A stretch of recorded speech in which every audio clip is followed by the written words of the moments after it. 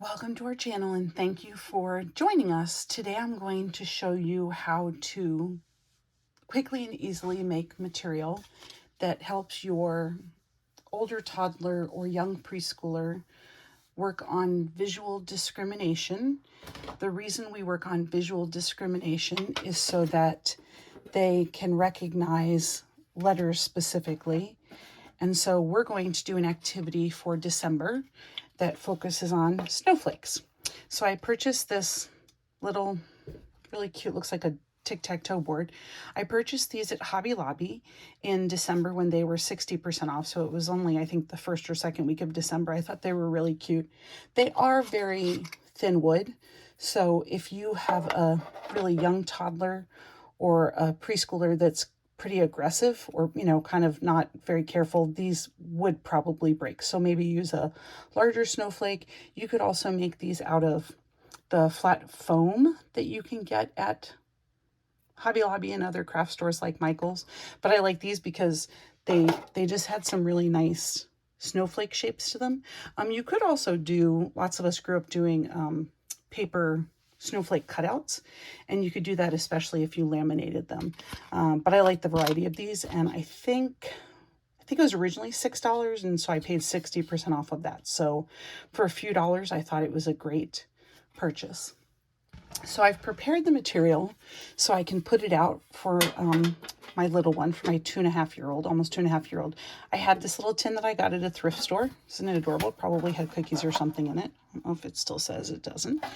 I wouldn't put this lid on necessarily because it would be really hard for her to get off. If it's just on maybe 3 corners, that would be fine. Otherwise, she would need help to get it off. But I did think it was especially cute with the snowflake on the front. But, it doesn't really quite fit in there. I guess you could use it this way as a tray. But toddlers especially, because those move, would have a hard time carrying that and not dropping it. So I like this a lot better because when they hold it, have a lot more give in it. When a toddler is carrying material from the shelf to a table or to a rug to work at, how you show them to do that is their thumbs on the inside of the bowl or the container, and then they wrap their fingers around. You also show them to pull this side closest to them in towards their belly and tilt it up just slightly, and that will help them, even if they get off balance, to maintain the material and not have it drop. Just a few little tricks. I'm going to actually take these out so that you can see them a little bit better. The reason I have 2 baskets is that we're going to be matching them. In a perfect world, there would be 10 snowflakes. So I don't mean 10 total, but I mean 10 different pairs, so 20 total. That can be a lot, especially if you've never done this activity before. So remember, you can build up to things. So if you want to start with 3 matches and call it good for a total of 6 pieces, that would be absolutely fine. You start with where your child's at, and then you add to it to either make it more interesting to your child or to create another level of difficulty. In here, I don't think you can see very well, but the top one, the very top one happens to be this one, right? So it has little curved edges. It has a hole in the middle. The very top one in this basket is the same, but all the rest are different. Like the rest below that do not match, and that's intentional on my part. When your child puts it away, it won't necessarily be like that, but this is how we start out with things. So I'm going to use my right hand because I'm right-handed. I'm going to pick it up with my index finger and my thumb. That's called the pincer grasp. I'm going to put these high up because I know I have 10.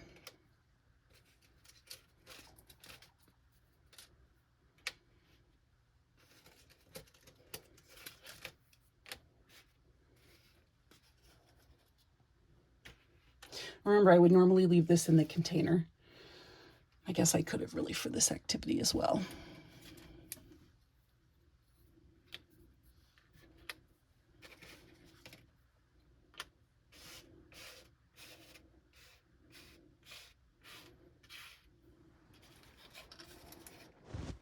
As I said, ideally you would have 10. In this case, I only have 9, and that's completely fine. It was how many materials I have, but I would ideally like to have 10. I laid them all out with my right hand, and now I'm going to match the ones on the far right side if you could see me, I wouldn't be talking during this lesson. I'm talking because you as adults can listen to me while I'm doing something. But if I were doing this lesson or presentation with a child, I would not be speaking at all. I would lay out the first row, and then I would shake my head side to side, no, that they don't match.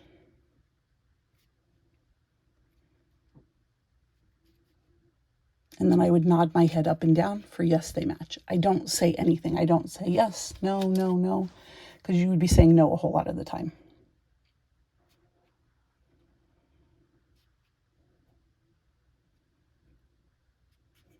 And so you'll just keep going down the row until you've matched them all. The reason you're going from the top to the bottom is that that's how we read a book. When we read a book, we start in the upper left. We go from the top to the bottom. I like to lay things out when we're matching them where they go left to right, left to right, left to right, because again, that's how we read. You can also, it is acceptable to do it where they go in a line. Both are acceptable formats, and you just decide which one is right for you and your child. So you would still match them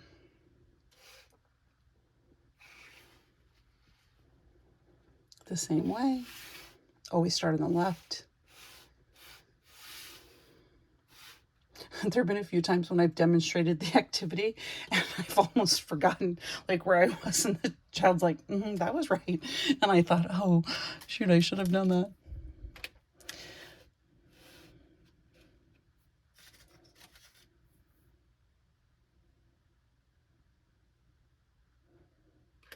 It's always interesting to me when you present this lesson to a child when you're doing it at home. And again, with a toddler age child, I would just absolutely let them explore this material. I wouldn't present a formal lesson. With a primary 3 or 4-year-old child, I would present a formal lesson so that they can see how you do it and, kind of the orderliness of things. But the very funny thing is that there have been times when I've done this lesson, and like I said, I just get distracted by something going on in the classroom, or I'm just thinking about something else with that child, and I'll skip it and the child will be like, that was right. Or I'll get to the end and I'll think, okay, I somehow missed the match. And children do that, and it is absolutely okay for children to do that. Everything is a learning process. There are children for whom, if this was the one left, they would want to go through every single one to see if it matches, and that is absolutely okay as well.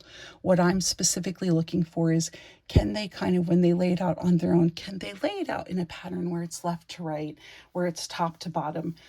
That's what I'm looking for. You will see children and kind of how their brain works. If they can lay it out this way, they have a sense of order. If they can't, then there's nothing wrong with that. It's just something you want to help them work on. So when you're at this point, if you have the opportunity to go and engage with them verbally, I oftentimes would say to a young child, which one is your favorite? Oh, that one's my favorite. Why is that one your favorite? I like the circles at the end. Great. And then I might say, okay, ask me. And the child would then say, which one is your favorite?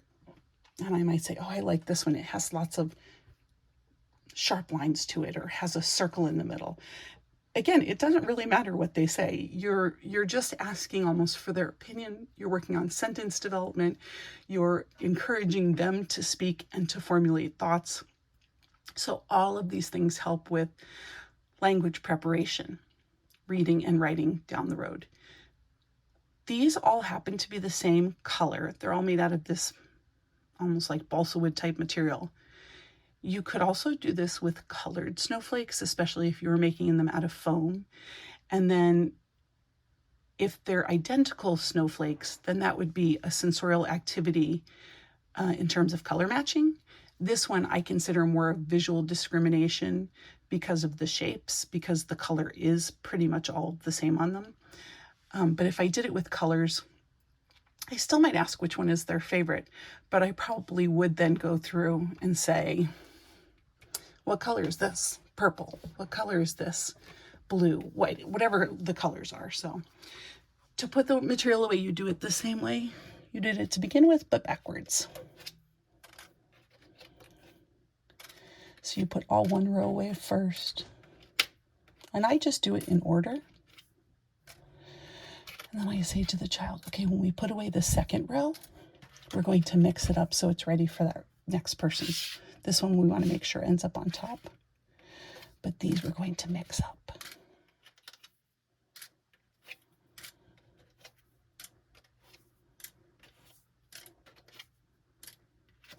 So this is snowflake matching. I would put snowflake matching in the language area of my classroom for visual discrimination so that later on they would be able to discriminate, for example, the difference between an A and an O and a G. So they have similarities to those letters, but they're not identical. I hope you enjoyed our lesson, and I hope you come back to visit us again. Please hit the like button and subscribe so we can keep creating new Montessori content and lessons you can do with your children at home. Thanks so much. See you next time.